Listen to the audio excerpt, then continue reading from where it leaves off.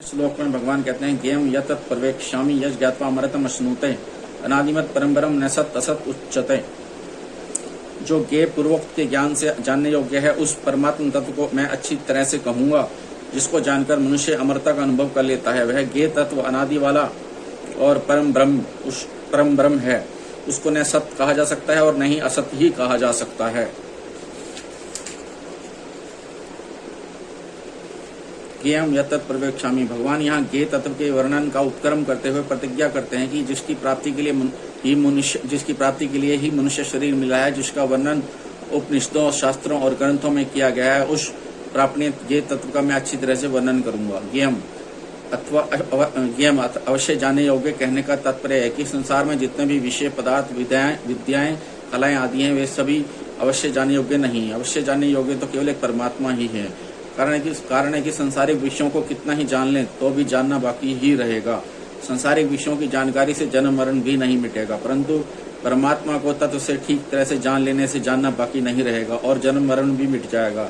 अतः संसार में परमात्मा के सिवाय जानने योग्य दूसरा कोई है ही नहीं।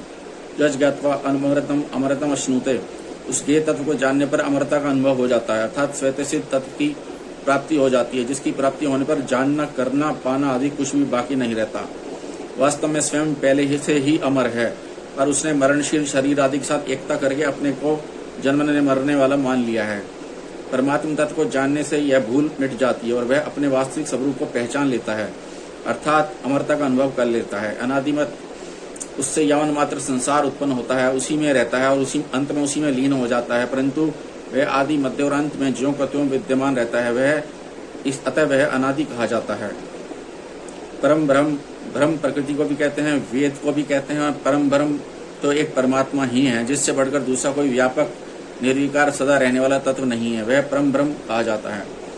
न सत असत उच्यते। उस तत्व को सत भी नहीं कह सकते और असत भी नहीं कह सकते। कारण है कि असत की भावना, सत्ता के बिना उस परमात्म तत्व में सत शब्द प्रयोग नहीं होता, इसलिए उसको सत भी नहीं कह सकते, और उस परमात्म तत्व का कभी अभाव नहीं होता, इसलिए उसको असत भी नहीं कह सकते। तात्पर्य है कि उस परमात्म तत्व में सत असत शब्दों की अर्थात वाणी की प्रवृत्ति होती ही नहीं। ऐसा वह कर्ण निरपेक्ष तत्व है। जैसे पृथ्वी पर रात और दिन ये दो होते हैं, इनमें से दिन के अभाव को रात और रात के अभाव को दिन कह देते हैं, परंतु सूर्य में रात और दिन ये दो भेद नहीं होते। कारण है कि रात तो सूर्य में है ही नहीं, और रात का अत्यंत अभाव होने से सूर्य में दिन भी नहीं कह सकते हैं, क्योंकि दिन शब्द का प्रयोग रात की अपेक्षा से किया जाता है। यदि रात की सत्ता न रहे तो न दिन कह सकते हैं न रात। ऐसे ही सत की अपेक्षा से असत शब्द का प्रयोग होता है और असत की अपेक्षा सत शब्द का प्रयोग होता है। जहाँ परमात्मा को सत कहा जाता है वहाँ असत की अपेक्षा से कहा जाता है, परंतु जहाँ असत का अत्यंत अभाव है वहाँ परमात्मा को सत नहीं कह सकते, और जो परमात्मा निरंतर सत्य है उसको असत नहीं कह सकते। अतः परमात्मा में सत्य और असत इन दोनों शब्दों का प्रयोग नहीं होता। जैसे सूर्य दिन रात दोनों से विलक्षण केवल प्रकाश रूप है, ऐसे ही वह ज्ञेय तत्व सत्य असत दोनों से विलक्षण है। दूसरी बात, सत असत का निर्णय बुद्धि करती है, और ऐसा कहना भी वही होता है जहाँ वह मन, वाणी और बुद्धि का विषय होता है, परंतु ज्ञेय तत्व मन, वाणी और बुद्धि से सर्वथा अतीत है, अतः उसकी सत असत संज्ञा नहीं हो सकती।